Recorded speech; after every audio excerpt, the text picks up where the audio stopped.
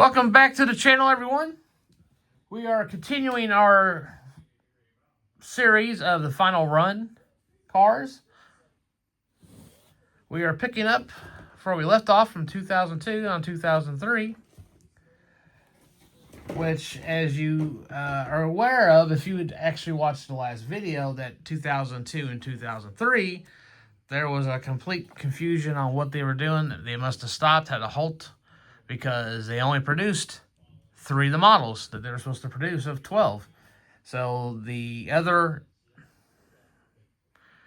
models that were not put in the 2002 lineup are carried over, and they ran 12 for this year. I have quite a few of them, but I don't have them all. Like I say, I'm only collecting the ones I like. So, with the first one I got from 2003 is the Rig Wrecker, the Final Run. Now I put this protector on there, so they don't have protectors anymore. They're now put in the mainline cases now. So, but they don't get any Real Rider or Pro Circuit wheels, cold mold wheels, whatever you want to call them. But they did get a Final Run paint job and some graphics. That was it. And they got the little Final Run badging on the card here and on the side. So, probably the save cost, pretty much. Because, you know, putting those other ones in those big plastic holders, and the first series was in a whole different packaging themselves. So, yeah. But this model ran roughly about 20 years. I'd say 1983, I believe, was the first year it ran. So, it made it roughly 20 years.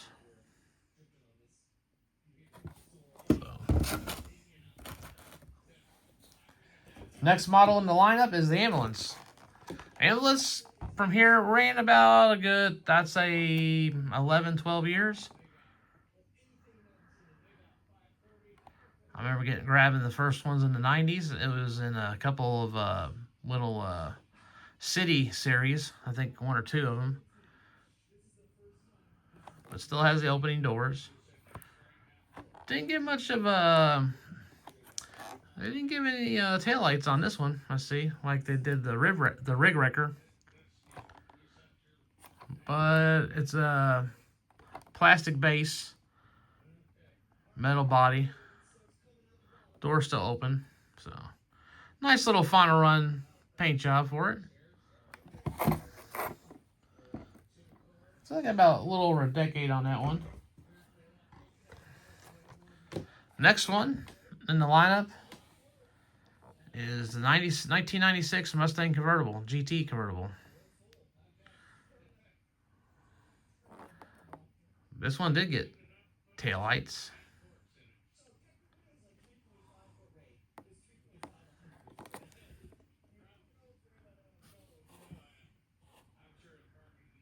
Probably should have took them out the protectors, but it's just a pain to do all that.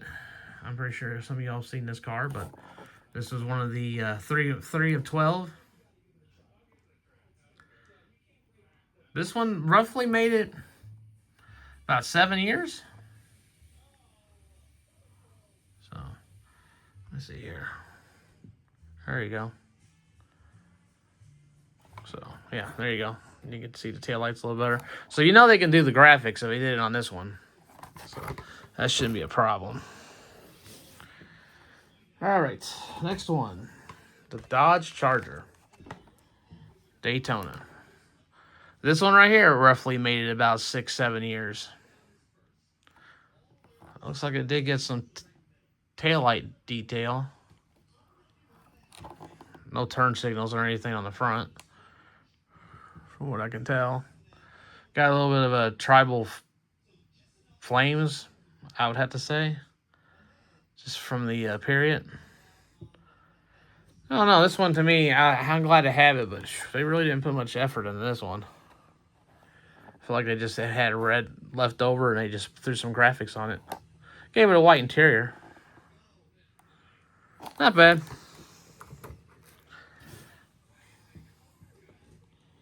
The next thing would be Twang Thing, which is a guitar.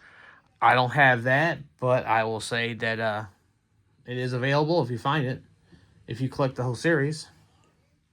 But I do not have that one. The next one I have is 5. No, this is 6. Sorry. How am I missing? Yeah, I'll be right. Sorry. Apparently my math's not mathing today. But this is the Ford Bronco. Ran over 20 years. I'd say 83, 82. It's a nice deep blue metallic paint. Or maybe more of a pearl. There's your... Wow. Yeah, there you go. Final run badging on the hood. Got some nice little flames going here. The Hot Wheel logo. Still got the bike on the back. This is actually an all-metal casting, except for the top, which I would say correct because these didn't have a metal top. I think it might have been an option on the Broncos. I don't know. I can't remember. But I know you had a removable top on these. So, nice little farewell paint job on that one. All right, so that was 6. The next one on the list is Bywayman. This one ran a good 20 plus years. I think it debuted in 76 or 77. I think they probably could have gave this one a little more of a tribute. They gave it more of a junkyard, like junkyard run truck. Parts runner or pickup or the salvage yard. It's primer. Black flames, which are also 30-hour glossy, but the primer is pretty much primer. Some lettering on the back. Farewell is on the back. Yep, there you go. Final run. It is all metal as well. So that one ran for a long time, though. I had a couple of those. It also was a snowplow truck, which basically was the same thing. They just put a plastic snowplow in front.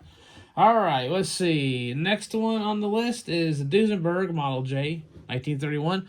Oddly enough, even though it's an actual real car, and that's what I collect, the paint job on it just absolutely just turns me away from it. I've contemplated on buying that vehicle probably at least 10 times, and I just cannot see fit to buy it. That's one of the rarities where I have a car that's an actual model, but that vehicle ran from, I think, 76 all the way up to 2003 as well. So these two models, right? That model and the Doozy, with 31 Doozy, basically with the actual Hot Wheels name they gave it, but it is a Duesenberg Model J from 1931. But it's kind of, I guess, to pay tribute to it, I guess actually gave it the correct name for once. They probably gave it a correct name in the one series that they did, the 3 cars from the 30s. The Auburn and the Doozy and the Cadillac.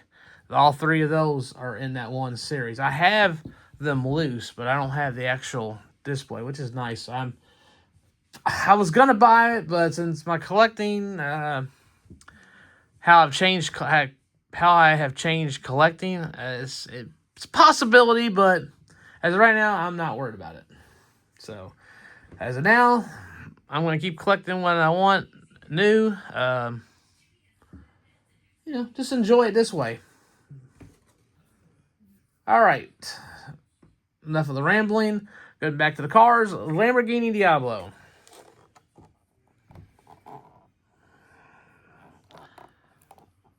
I believe the first one they introduced this was red or yellow. I think it was red. I'm pretty sure it was red. And it came out, I believe, in 90? 91? So it made about a 12-year run. They just actually redid the casting. They brought a new casting of it. and it debuted in the Boulevard series. And I think it's actually a national or a convention car, I believe. But here's the original casting.